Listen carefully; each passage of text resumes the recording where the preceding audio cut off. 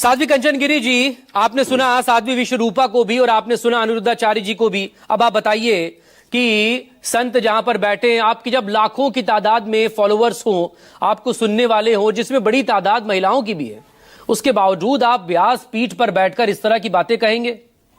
क्या मैसेज देने की कोशिश कर रहे हैं?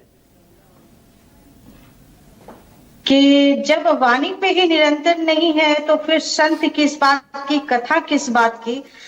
एक सुनीता विलियम भी तो है जो नासा से वो अंतरिक्ष में गए, कल्पना चावला थी। तो क्या ये एजुकेशन ही करते रहे और साइंटिस्ट ना बने? आज बड़ी बड़ी पायलट है हमारी महिलाएं, हर क्षेत्र में सैनिक है जो बॉर्डर पे लड़ाइयां युद्ध लड़ रही हैं।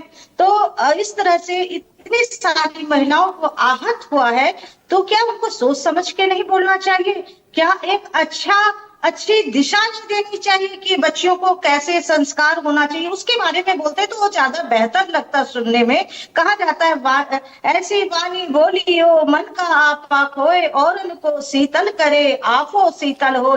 जब वाणी में ही निरंतर नहीं है, हम किसी को सुख ही नहीं दे सकते हैं, तो ऐसी कथा करने का वो तो व्यर्थ है। क्योंकि आपने एक शब्द बोला, एक तीर के समान होता है शब्द। तीर जब एक कमान से निकल जाती है तो वो वापस नहीं आता। कितने लड़कियों को घात हुई होगी, कितनी लड़कियां ये सोच रही होंगी कि क्या हमारे बारे में लोग सोचते हैं, उनकी मानसिकता क्या है। एक कथावाचक जब व्यासपीठ से बोलते हैं ना, तो पूरी दुनिया सुन रही होती है और सभी बच्चों के चरित्र पर एक कलंक लगा है। तो इससे माफी के योग्य नहीं। ऐसा नहीं है कि मैं अनिरुद्धाचार्य से नहीं मिली हूँ, बहुत बार मिली हूँ, लेकिन ये इस तरह का शब्द जितने भी कथावाचक है महिलाओं के लिए कहते हैं तो बिल्कुल गलत है, सरासर गलत है।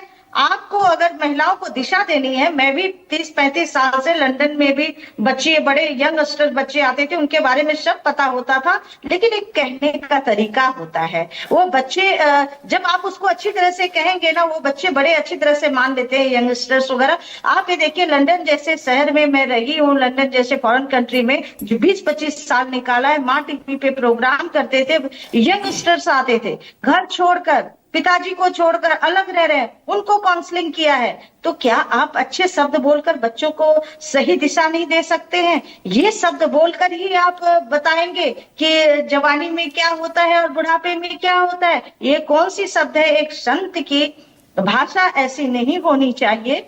आपको समझाना है तो अच्छी तरह से बच्चों को समझा सकते हैं, और अच्छी भाषा बोलेंगे तो बच्चे बहुत जल्दी ही उसको ग्रहण करते हैं। मेरे पास ज्यादा से ज्यादा फॉलोअर्स यंग बच्चे लोग हैं, और आपको मैं बता दूं, सिर्फ यहाँ हिंदुस्तान नहीं, अमेरिका जाती हूँ, वहां भी यंग बच्चे हैं जो इस चीज को, पूजा पाठ, इस चीज को नहीं मानते, लिविंग रिलेशन में रहना ज्यादा पसंद करते हैं। वैसे वैसे बच्चे जुड़े हुए हैं, लेकिन उनको किस तरह से मार्गदर्शन देना चाहिए, ये नहीं कि पत्थर उठाया और मार दिया, चोट लगी। आप शीतलता पूर्वक भी बच्चों को समझा सकते हैं जो सही मार्ग पे आ सके। क्योंकि जब कंचन गिरी जी मेरे साथ बने रहिएगा। मेरे साथ साध्वी प्रज्ञा भारती भी हमारे साथ जुड़ गई है। बहुत स्वागत है आपका साध्वी प्रज्ञा भारती।